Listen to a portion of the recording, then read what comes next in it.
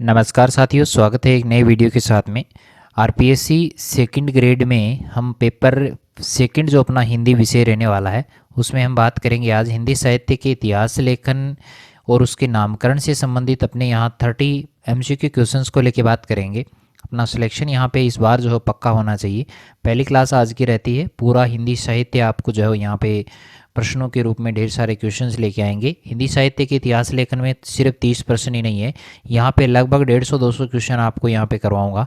आज यहाँ पे 30 क्वेश्चन जो है वो लेके आए हैं। तो शुरुआत करते हैं आज के पहले सवाल से। पहला हमारा जो सवाल रहेगा कि साहित्य इतिहास लेखन की प्रमुख पद्धति कितनी मानी गई है। प्रमुख पद्धतियों की अगर बात की जाए तो यहाँ पे जो है वो अपने 5 पद्धतियाँ जो है वो मानी गई है। ऑप्शन नंबर 3 अपना राइट आंसर हो जाएगा। आगे बात करें कि साहित्य इतिहास लेखन की सबसे पहली और प्राचीनतम पद्धति जो है वो कौन सी अपनाई गई थी।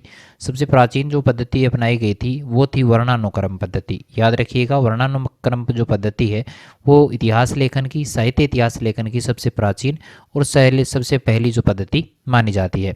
अगला प्रश्न है कि वर्णानुक्रम पद्धति का प्रयोग करने वाले प्रथम इतिहासकार कौन थे जिन्होंने सबसे पहले वर्णानुक्रम पद्धति का प्रयोग किया था। तो वो थे गारशाद तासी। गारशाद तासी के द्वारा जो है वर्णानुक्रम पद्धति का सबसे पहली बार प्रयोग किया गया था। अगला हमारा प्रश्न रहेगा कि कालक्रमानुसार पद्धतियों में कवियों और लेखकों का विवरण किस आधार पर दिया जाता है। कालक्रम में जो पद्धति अपनाई गई है उसमें कवि और जो लेखक हैं उनका विवरण जो है वो है उसकी जन्म तिथि के आधार पे। कालक्रम में सिर्फ जन्म तिथि को आधार माना गया और उसी के आधार पे जो है कवियों और लेखकों का जो विवरण है वो दिया गया था। अगला प्रश्न रहेगा कि कालक्रमानुसार पद्धति को अपनाने वाले पाश्चात्य जो विद्वान थे, पश्चिम के यानी विदेशी जो विद्वान थे वो कौन से थे। तो यहाँ पे उसकी बात करें तो वो थे George Abraham Grierson. 3 number option यहाँ पे हमारा राइट रहेगा। नेक्स्ट सवाल है कि वैज्ञानिक पद्धति की प्रमुख शर्त क्या है। वैज्ञानिक पद्धति की जो प्रमुख शर्त रहती है वो है क्रमबद्धता और तटस्थता। ये प्रमुख वैज्ञानिक जो पद्धति है उसकी प्रमुख शर्तों में से एक मानी जाती है।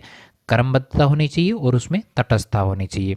अगला प्रश्न है कि प्रत्येक देश का साहित्य वहाँ की जनता की चित्तवृत्ति का संचित प्रतिबिंब होता है। ये परिभाषा जो है वो किस विद्वान के द्वारा दी गई थी। तो ये परिभाषा दी गई थी रामचंद्र शुक्ल के द्वारा। याद रखिएगा, रामचंद्र शुक्ल ने कहा था कि प्रत्येक देश का जो साहित्य है वो वहाँ की जनता की चित्तवृत्तियों का संचित प्रतिबिंब माना जाता है।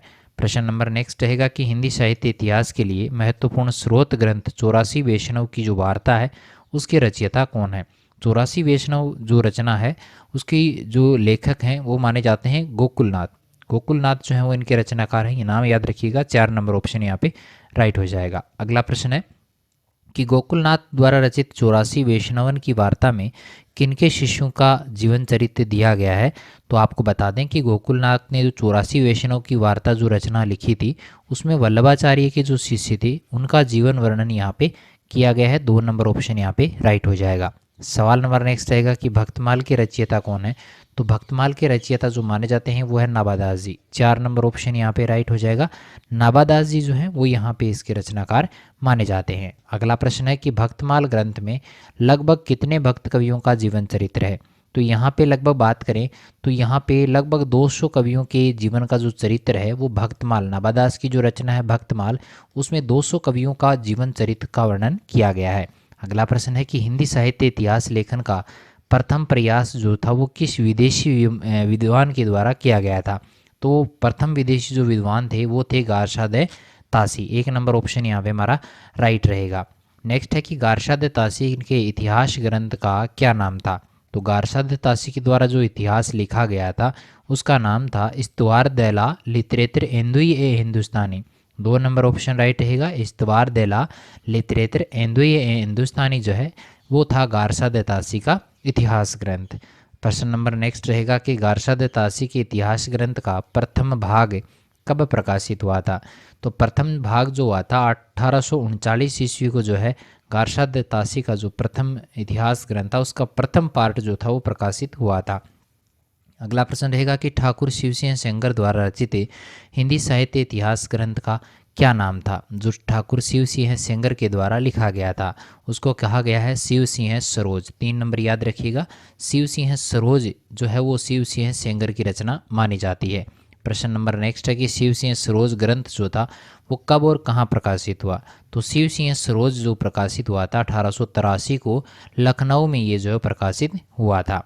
नेक्स्ट क्वेश्चन है कि हिंदी साहित्य के इतिहास का प्रथम बिंदु किस ग्रंथ को कहा जाता है।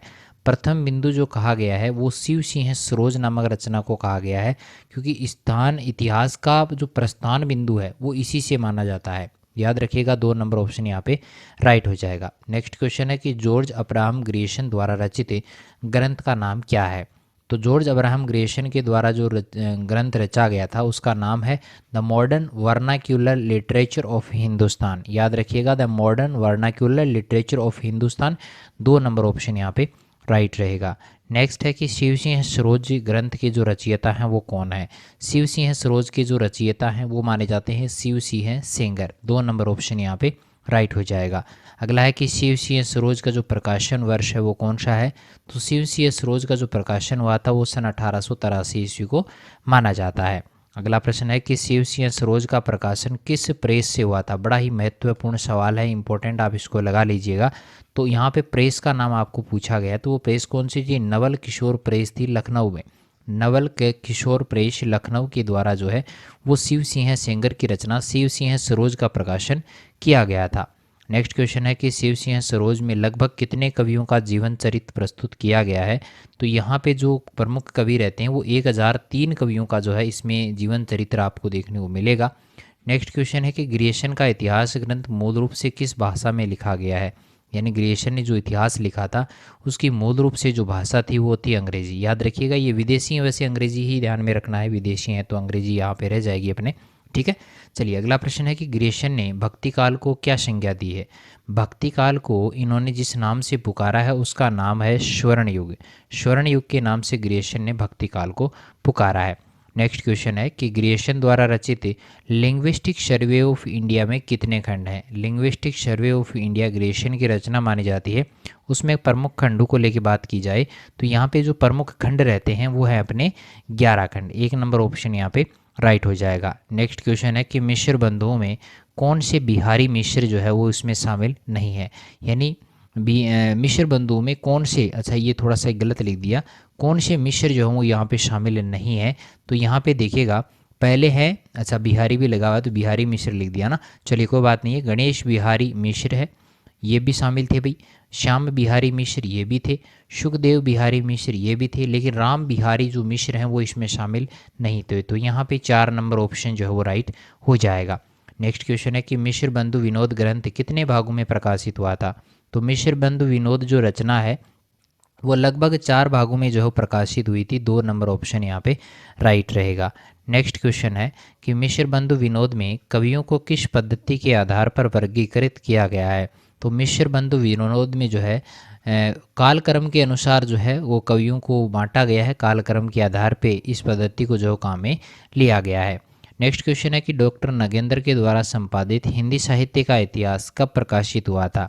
तो डॉक्टर नगेंद्र ने जिस हिंदी साहित्य के इतिहास की रचना की थी वो सन 1938 में प्रकाशित हुआ था, 2 नंबर ऑप्शन यहाँ पे राइट हो जाएगा। नेक्स्ट है कि हजारी प्रसाद द्विवेदी ने आदिकाल जो नाम दिया था, आदिकाल नाम किस काल को दिया था जिसे शुक्ल ने अस्वीकार कर दिया था। तो आदिकाल को देखो हजारी प्रसाद द्विवेदी ने वीर गाथा काल नाम दिया था जिसे रामचंद्र शुक्ल ने अस्वीकार कर दिया था।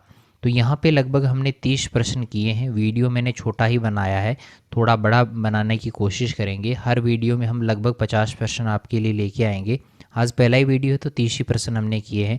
प्रश्न आपको कैसे लगे हैं उसी आधार पर नेक्स्ट क्वेश्चन आपके लिए बनाएंगे, तो कमेंट जरूर कीजिएगा। मिलेंगे नेक्स्ट वीडियो में एक नए टॉपिक के साथ में। टॉपिक तो यही रहना है अपना, तो वैसे 150-200 क्वेश्चन हम करेंगे इसमें। तो यहाँ पे नेक्स्ट वीडियो में फिर मिलेंगे, तब तक के लिए जय हिंद जय भारत।